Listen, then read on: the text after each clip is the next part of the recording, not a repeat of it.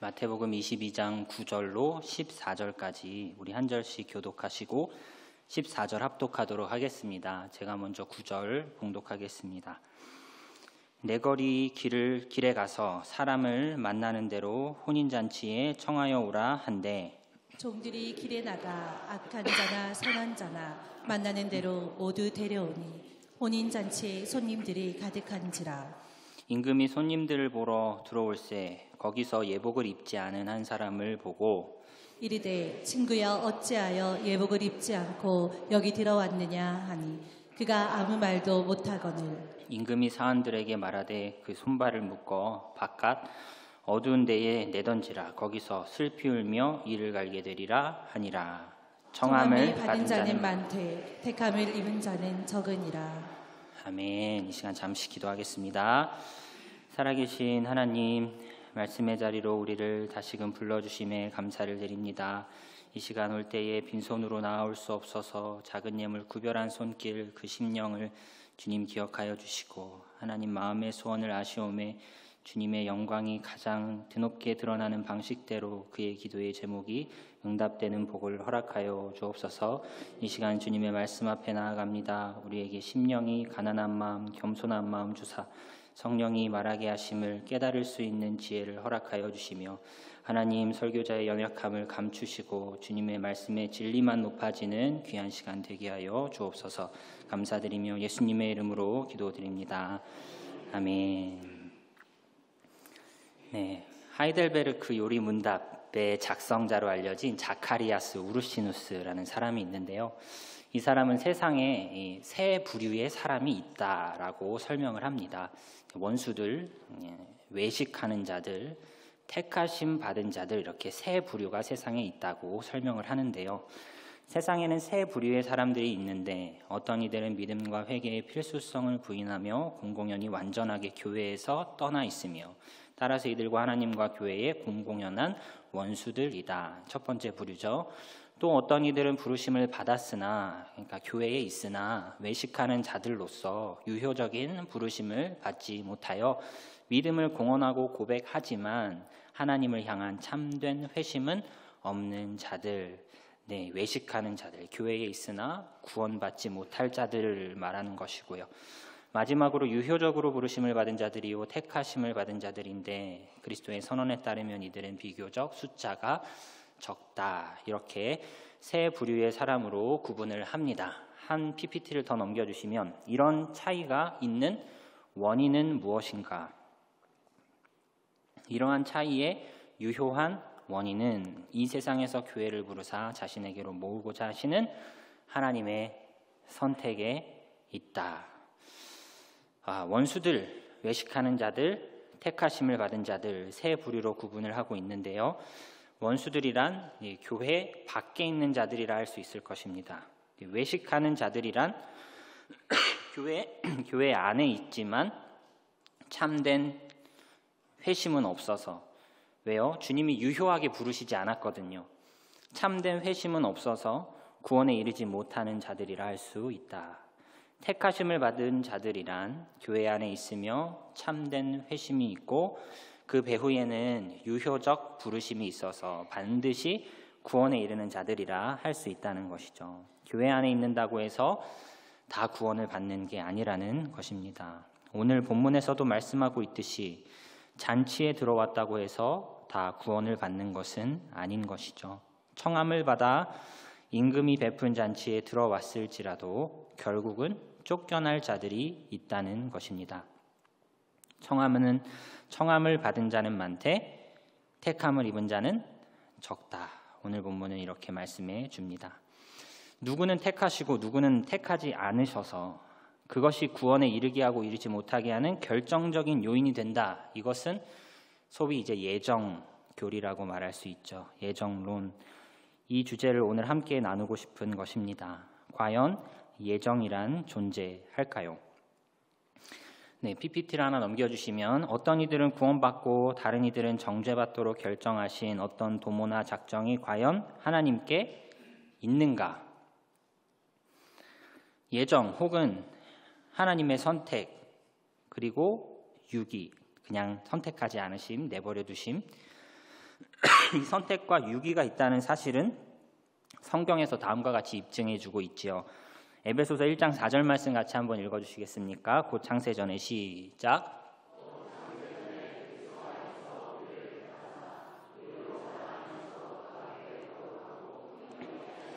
창세전에 우리를 택하셨다. 창세전에 우리를 택하셨다. 이렇게 말씀하시고요. 로마서 8장 30절도 함께 읽어주시겠습니까? 미리 정하신 시작.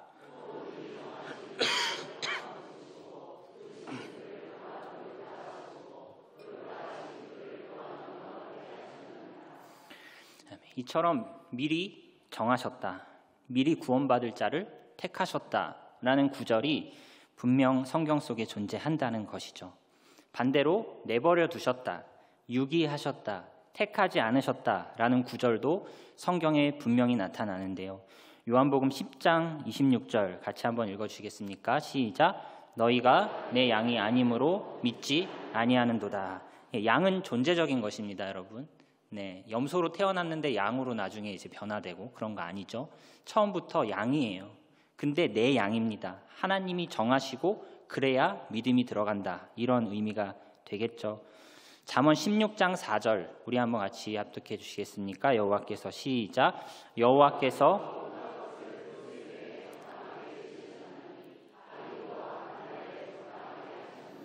악인을 정해 놓으시고 그 악인이 지옥에 가는 것이죠. 우리는 이러한 성경 구절들을 보며 택하심의 교리, 예정 교리가 있구나 생각해 볼 수 있죠. 그러나 반대로 이것과 상충되는 말씀도 분명히 있습니다. 하나님이 모든 사람을 구원하시기를 원하신다라는 성경 구절도 존재하지요.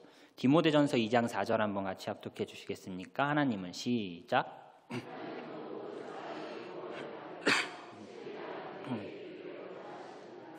이처럼 하나님은 한쪽에서는 모든 사람이 구원을 받으며 진리를 아는 데 이르기를 원한다 라고 말씀하시고, 다른 한쪽에서는 하나님은 택한 사람만 구원에 이르도록 하신다. 내 양이 아님으로 믿지 않는다. 내 양만 구원한다. 이런 의미의 구절들이 명백히 상충되는 구절들이 존재한다는 것이죠.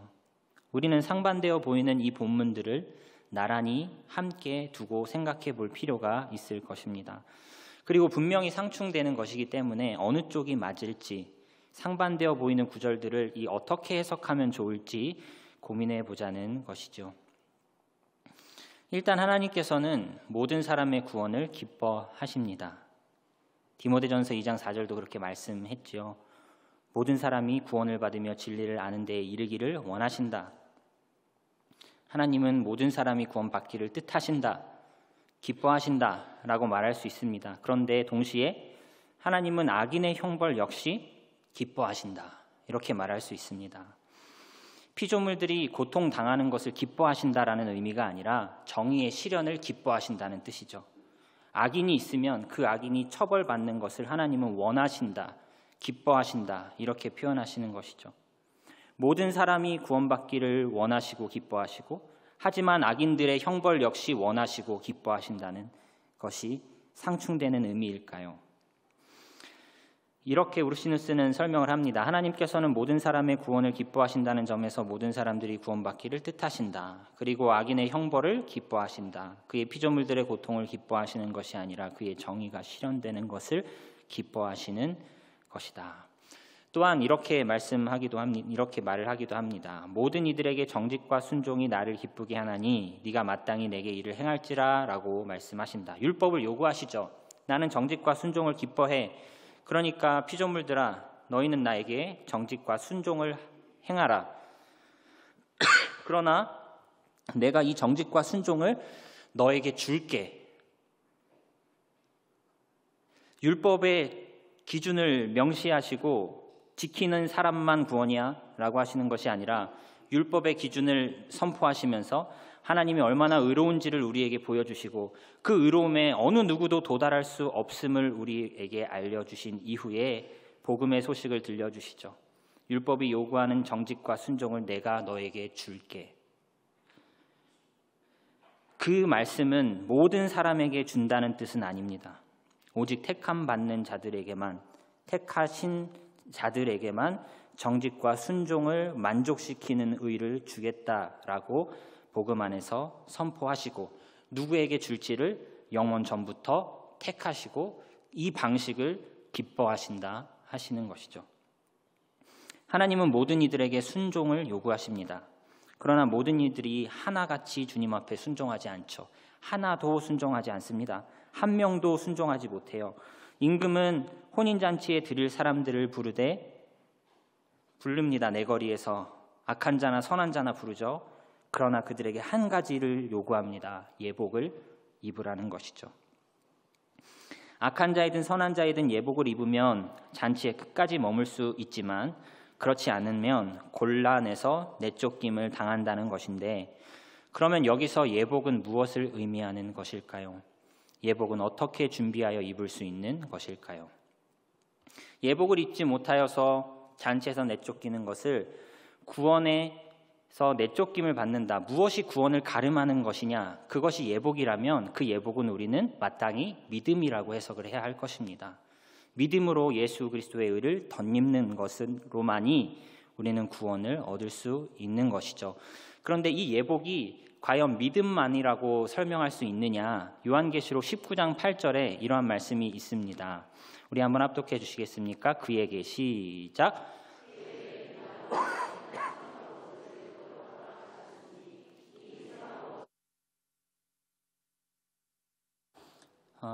저는 계시록 19장 8절 말씀이 떠오릅니다. 이 세마포 옷, 그러니까 옷인데요. 성도들이 하늘에서 입고 있는 그 옷이요. 성도들의 옳은 행실이라고 표현을 하고 있습니다. 세마포 옷을 성도들의 행실이라, 이 믿음과 행실을 연결시켜 지어야 하는 숙제가 있는 것이죠. 믿음으로 덧입는 것에는요, 여러분, 행실이 있습니다.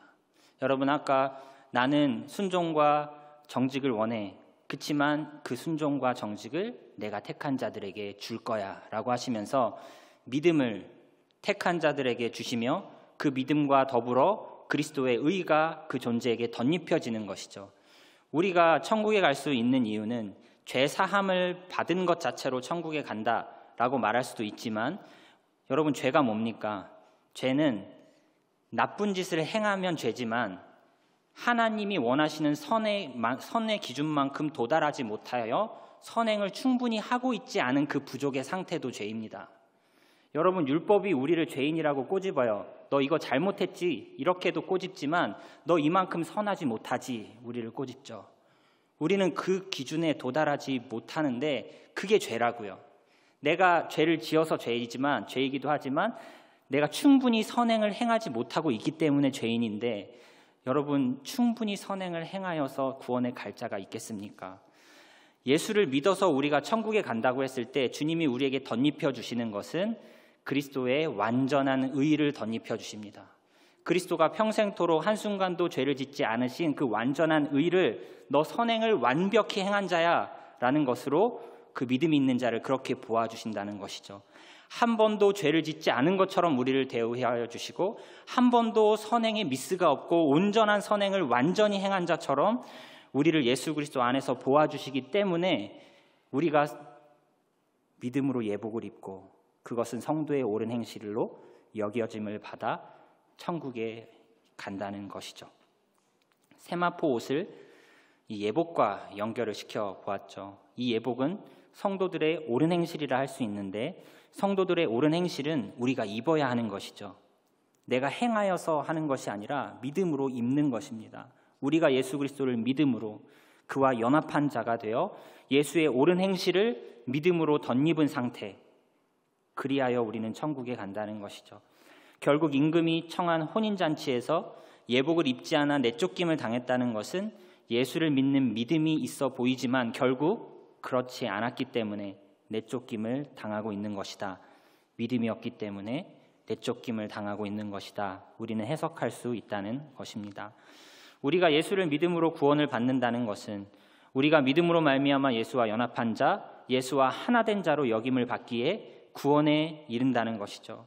나의 악은 예수에게 전가되고 예수의 의는 나에게 전가되어 나는 한 번도 죄를 짓지 않은 존재처럼, 나는 모든 선을 완벽히 행한 존재처럼 여김을 받아 천국에 이른다는 것입니다.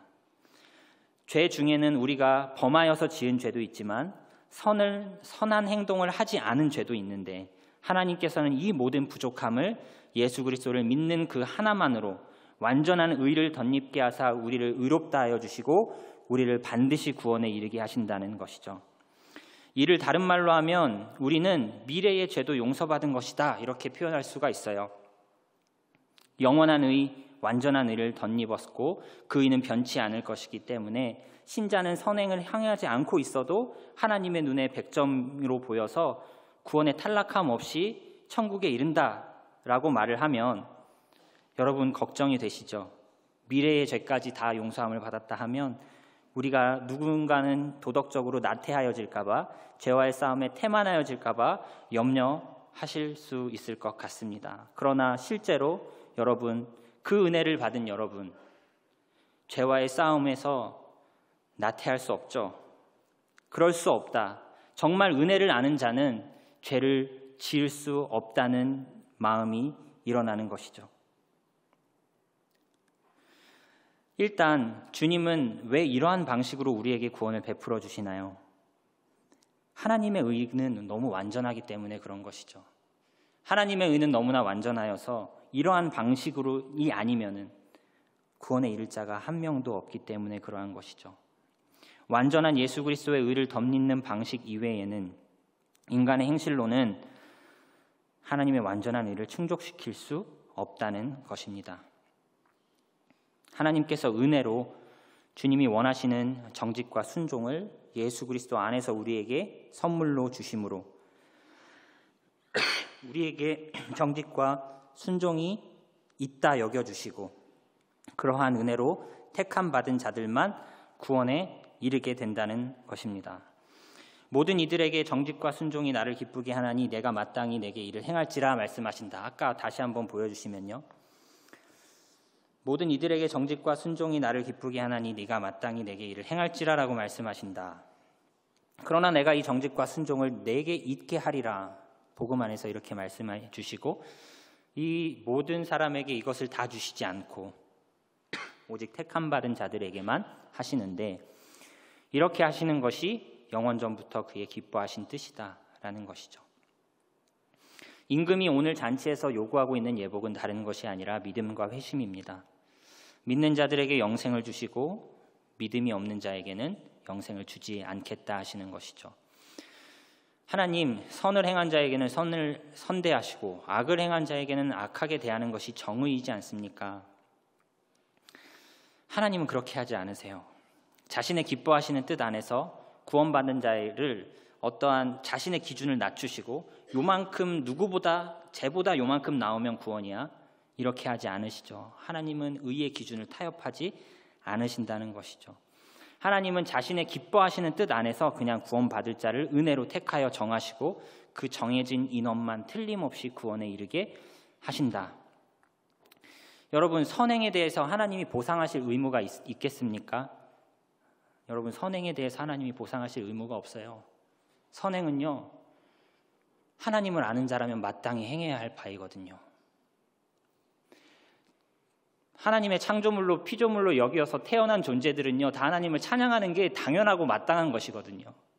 근데 내가 하나님을 찬양했다고, 내가 하나님 앞에 선행했다고 대가를 바라고 보상으로 여겨달라고요? 아니죠. 그리고 하나님이 원하시는 선은요, 너무나 지극히 완전한 선이십니다. 이러한 말이 있습니다. 이러한 글이 있어요. 하나님은 자신의 순전한 자비와 은혜로 말미암아 지극히 자유로이 베푸시며 아무에게도 의무를 지지 않으신다. 우리는 모두 그의 원수들이었고 따라서 하나님께서 우리 모두를 거부하신다고 해도 그는 지극히 거룩하신 분이시죠. 선을 행하는 자는 하나도 없나니 의인은 하나도 없다. 이것이 주님이 인간을 보시는 평가입니다. 우리 눈으로 볼 때는 이 사람은 좀 더 선하고 이 사람은 좀 더 악하다, 우리는 이렇게 평가할 수 있겠지만 하나님의 의라는 저 높은 관점에서 내려다 볼 때는 다 도토리 키재기하고 있는 것이죠. 어느 하나 선행으로 하나님의 의에 이를 수 있는 존재는 단 한 사람도 없다는 것입니다. 우리는 모두 그의 원수들이었고, 따라서 하나님께서 정의의 잣대로 구원 여부를 결정하신다면, 하나님의 의를 행위로 말미암아 이르지 않는 사람들에게 다 처단하시겠다 이렇게 결정하셨다면, 우리 모두는 다 100% 지옥에 가야 하는 상황 밖에는 다른 상황이 연출될 수 없는 것이죠. 그러나 그 율법 외에 다른 의가 나타났다는 것입니다. 선행을 쌓는 방식으로 의롭다함을 얻는 것이 아니라 다른 방식으로 하나님의 의에 만족할 만한 그런 의를 얻을 수 있는 방법이 있는데, 그것이 바로 예수 그리스도를 믿으라는 것이죠. 이 방식으로만이 하나님의 의를 만족시킬 수 있는 유일한 길이라는 것입니다. 누가 선을 행했다고 해서 그에 대한 보상으로 하나님이 구원을 선물로 주시겠습니까? 선행을 했기 때문에, 선행을 행할 것을 아시기 때문에 믿음을 선물로 주시고 구원을 선물로 주시겠습니까? 하나님은 그런 분이 아니십니다. 우리의 선행은 부족해서요, 결코 하나님을 기쁘시게 할 수 없고요, 우리가 하나님을 기쁘시게 할 수 있는 유일한 방법은 예수 그리스도를 믿는 것뿐입니다. 하나님은 아무에게도 상을 주셔야 할 의무를 지니시는 분이 아니에요. 하나님을 감동시킬 만한 선을 행하는 자 없습니다. 하나님이 인간의 선행을 보고 감동하셔요? 되게 후하신 거죠. 하나님이 그러면 되게 그냥 우쭈쭈 해주는 겁니다. 너 이런 착한 일을 했니? 너무 잘했다. 우리 사실 천국에 가면 상급을 주시죠. 그 상급 있습니다. 하지만 거기에 내 공로가 있을까요? 여러분, 나의 선행은요, 주님의 은혜의 결과입니다. 내가 하는 선행은요, 칭의의 결과이지 칭의의 원인이 될 수 없어요. 하나님이 나에게 공로의 상을 주시는 것은 나는 선을 기뻐한다 아들아, 나는 선을 기뻐해, 나는 선행을 기뻐한다 딸아 라고 하시는 자신의 감정의 표현이시고 은혜의 풍성하심인 거지, 내가 진짜 잘해서 주시는 것이 아닙니다. 내게 공로가 있는 것이 아니죠.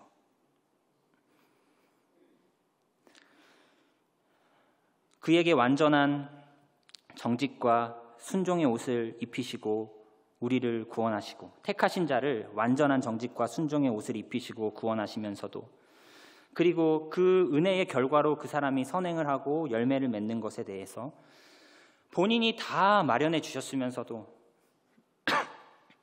포도원을 완벽하게 가꾸어 주시고 극상품의 포도를 심어 주시고 완전한 포도나무에 접붙여 주시고 열매를 맺으면 잘했다고 칭찬해 주신대요. 포도야, 너 잘했다. 누가 한 건데요? 농부가 했잖아요. 하나님이 다 했으면서도 우리에게 잘했다, 착하고 충성된 종아라고 하시면 우리는 그 면류관을 마땅히 주님께 돌려드려야 되는 것이죠. 상급까지 은혜로 베푸시는 분이십니다. 하나님은 누구를 택하시고 누구를 택하지 않으시고 하나님이 마음대로 하실 때, 여러분, 하나님이 악하십니까? 선하십니까? 마태복음 20장 15절에 이런 말씀이 있습니다. 한번 합독해 주시겠습니까? 내 것을 시작.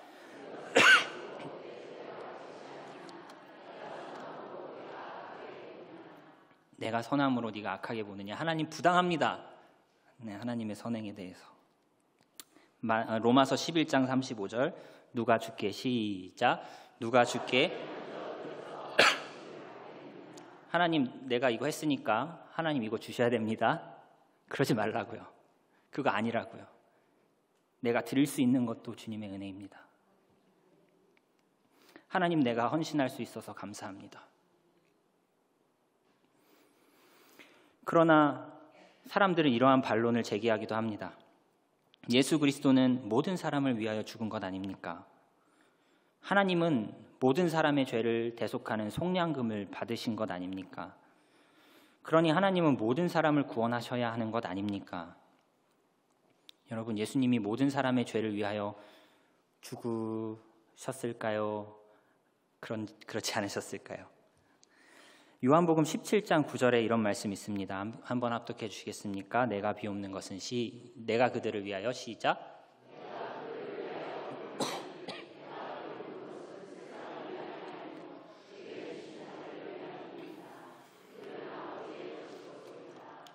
내가 비옵는 것은 세상을 위함이 아니요 내게 주신 자들을 위함입니다. 하나님이 모든 사람을 위하여 십자가 지셨습니까?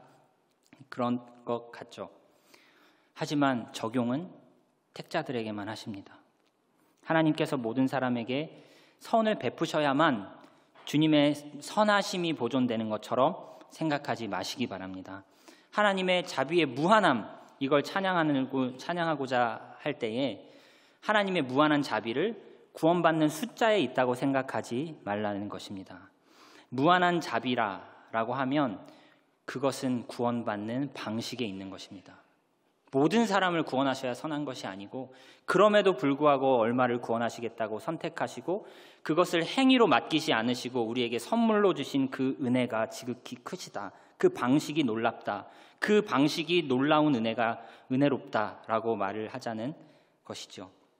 로마서 4장 5절과 6절에 이를 아니할지라도 경건하지 아니한 자를 의롭다 하시는 이를 믿는 자에게 그의 믿음을 의로 여기시나니 이란 것이 없이 하나님께 의로 여기심을 받는 사람의 복이 있다는 것이죠. 일을 안 했는데 의로 여겨주시는 그런 복이 있는데요.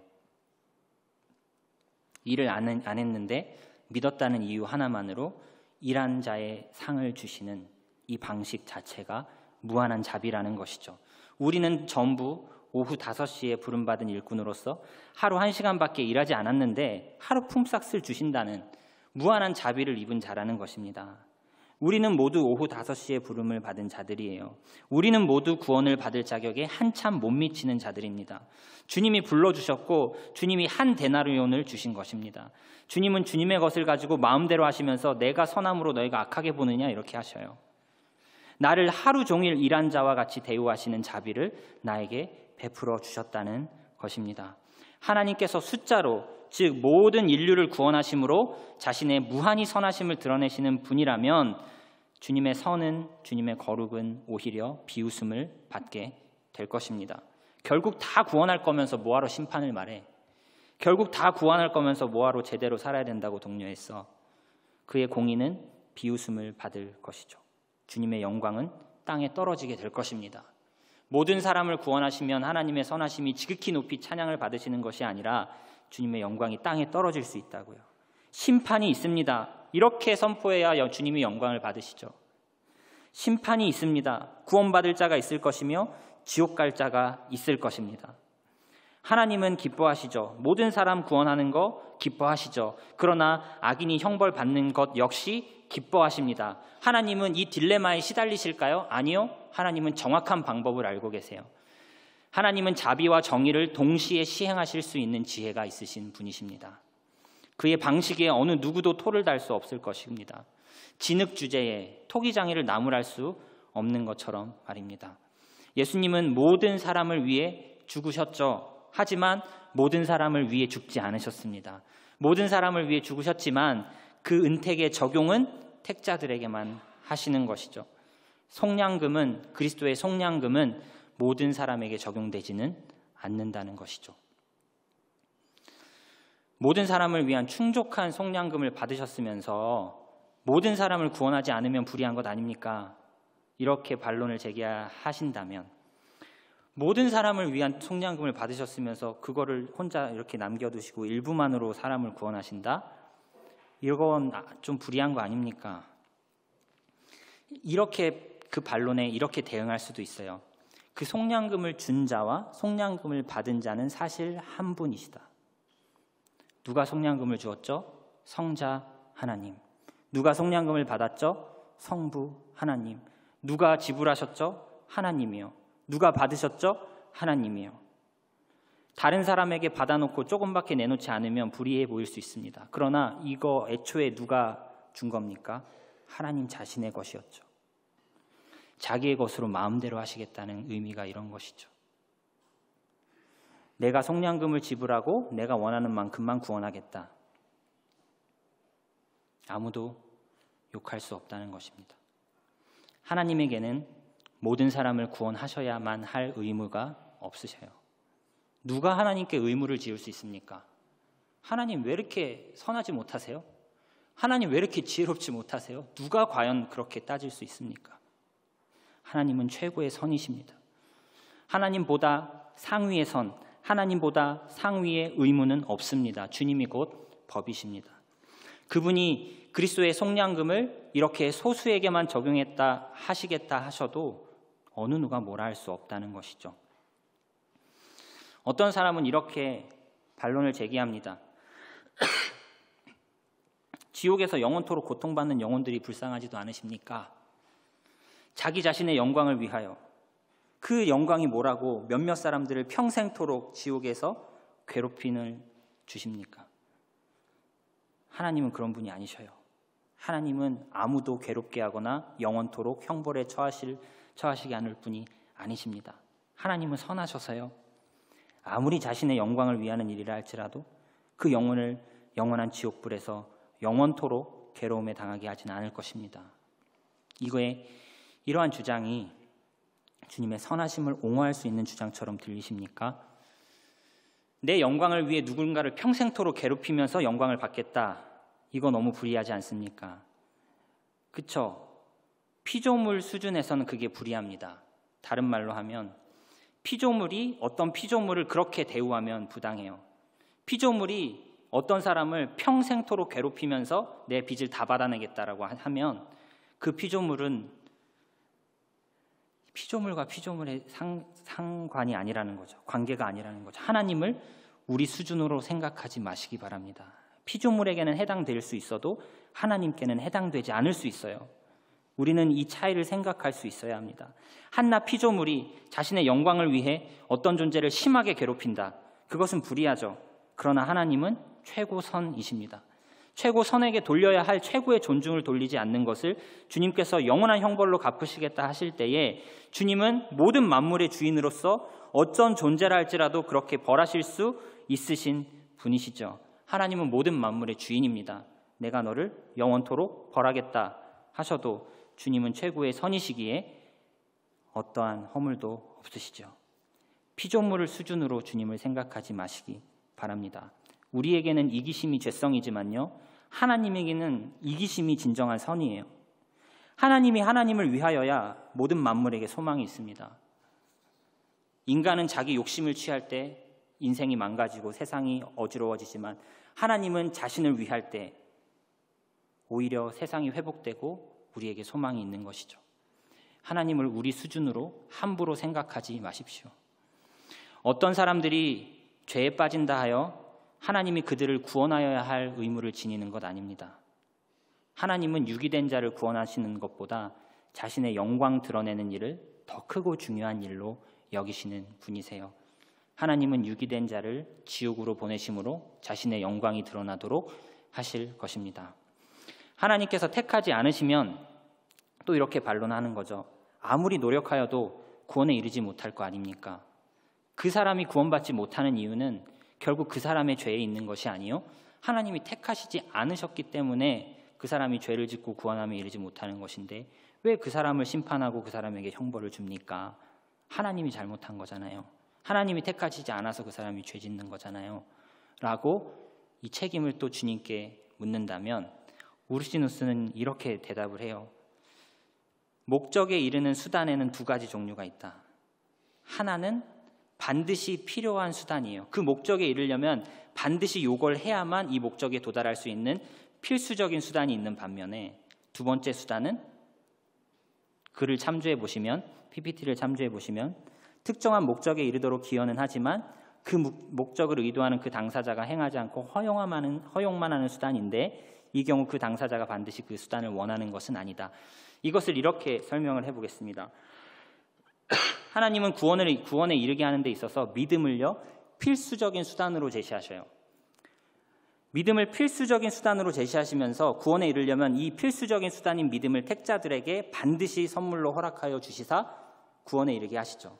필수적이니까요. 하나님이 그 필수성도 필수적인 수단인 믿음도 주십니다.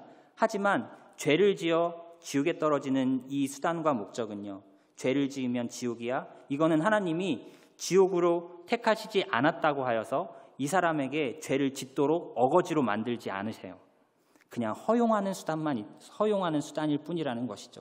이거를 버리면 특정한 목적에 이르기는 하겠지만 이것을 내가 죄를 지으라고 너를 몰아넣지는 않는다는 것이죠. 그냥 허용만 하신다고 우리는 최선으로 이렇게만 설명을 합니다. 적극적인 권장이 아니라 그냥 허용인 것이죠. 그러니까 죄에 대한 책임은 하나님께 없고 오직 그 당사자가 죄에 대한 책임을 지어야 한다는 것이죠. 선악과를 만든 존재가 악한 것이 아닙니다. 선악과를 따먹은 존재가 악한 것이다. 우리는 이렇게 얘기해야 되는 것이죠. 하나님은 죄악을 허용하셨지 너 죄 저질러, 입 벌려, 죄악 먹어, 입 다물어, 내가 코랑 입 막을게, 삼켜. 하나님 이렇게 하지 않으신다고요. 우리는 죄인이라서 죄를 선택해버리고 말죠. 그러나 택한 자에게 은혜를 주실 때는 불가항력적으로 주십니다. 우리의 본성과 상반되는 것이거든요. 주님을 믿고 주님의 말씀대로 사는 것은 우리의 본성과 상반되는 것이거든요. 주님이 입 벌려, 믿어, 입 막고, 코 막고 믿음 삼켜라. 아시죠? 이러한 반론이 있을 수 있습니다. 하나님께서는 모든 사람을 부르시면서 모든 사람을 구원하지는 않으시네요. 결국 그건 거짓말이었어.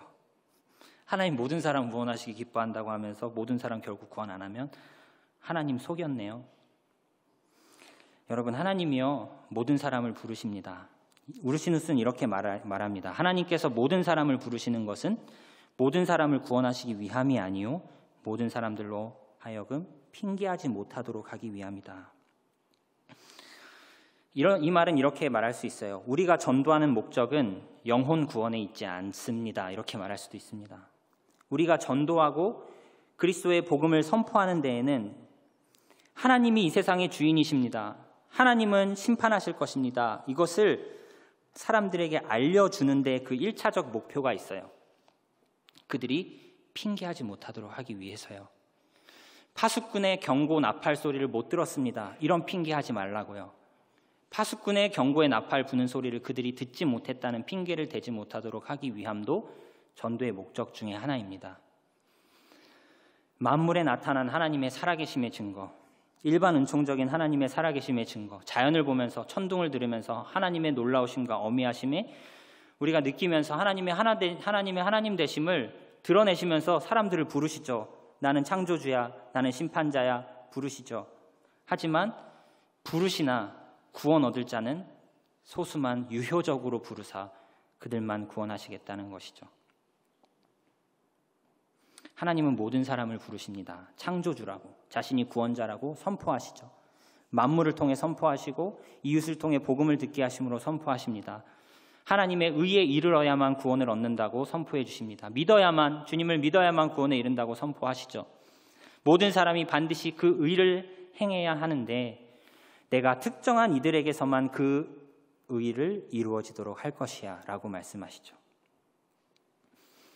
이것은 애초에 모든 사람을 구원하시겠다는 부르심이 아니라는 말입니다. 하나님은 모든 사람에게 하나님의 하나님 되심을 알리는 데 1차의 목적이 있으셨던 것이죠. 하나님은 특정한 자들에게 특별한 자비를 베푸심으로 구원에 이르도록 하실 것입니다.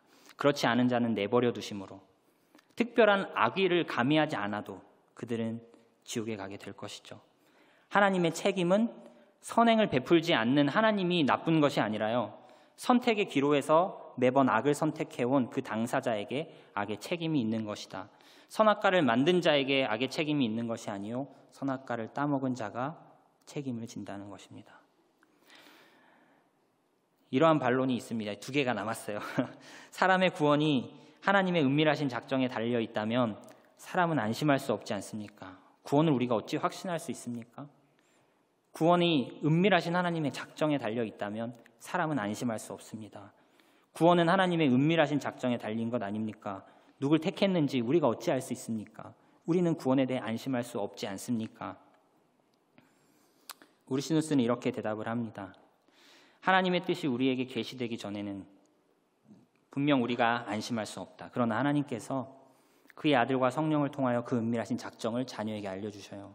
내가 너를 선택했다. 자녀야, 내가 너를 선택했다. 자녀야, 내가 너를 사랑한다. 알려주셔요. 그러면 그의 증거가 무엇입니까? 로마서 5장 1절에 이런 말씀이 있습니다. 우리가 믿을 때에 그러므로 우리가 믿음으로 한번 같이 읽어주시겠습니까? 시작.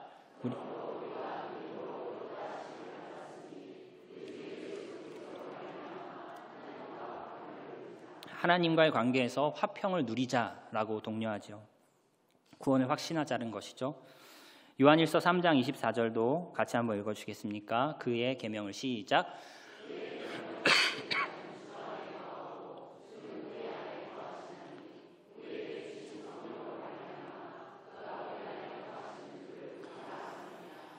그러므로 하나님의 은밀하신 작정이 우리에게 알려지기 전이면 우리는 불안해할 수밖에 없지만 주님은 알려주시고 알기를 원하시죠. 자녀야 내가 너를 사랑한다라는 것을 자녀가 알기를 원하시고 성령을 통해서 알려주시죠. 그러므로 우리가 구원을 확신하며 안심하며 위로를 얻어야 하는 것이죠. 반면에 이러한 딴지 마지막 반론입니다.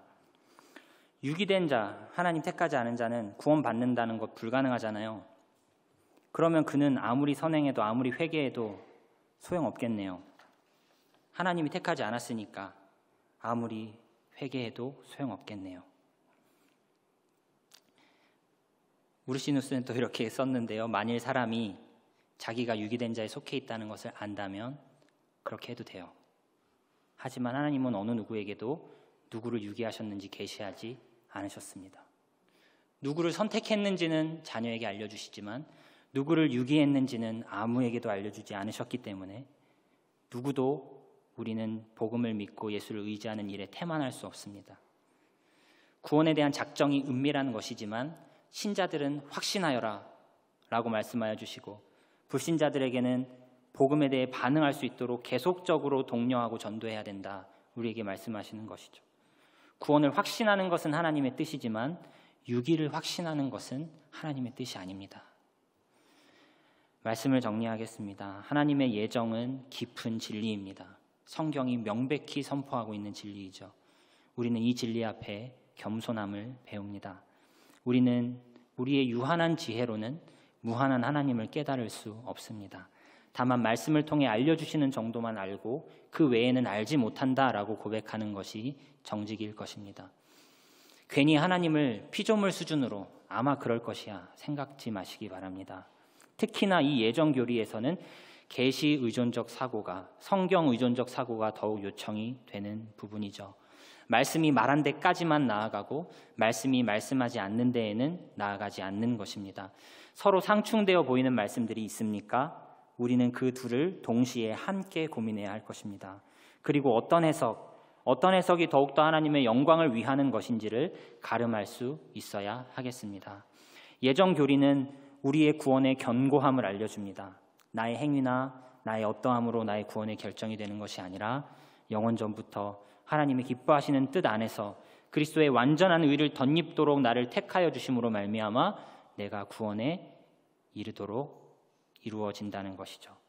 이러한 하나님의 주권 앞에 더욱 떨리고 더욱 감격하는 마음으로 우리의 구원을 이루어가는 삶을 사셨으면 좋겠습니다. 죄와의 싸움에 태만할 수 없으며 내 개인주의적인 경건에만 머물 수도 없습니다. 온 세계의, 전 세계의, 온 우주의 모든 만물 가운데 주님의 영광스러우심과 주님의 주되심이 선포될 수 있도록 우리의 삶을 아낌없이 드려 주님 영광 드러내시는 저와 성도님들의 복된 삶 다 되시기를 주님의 이름으로 축복합니다.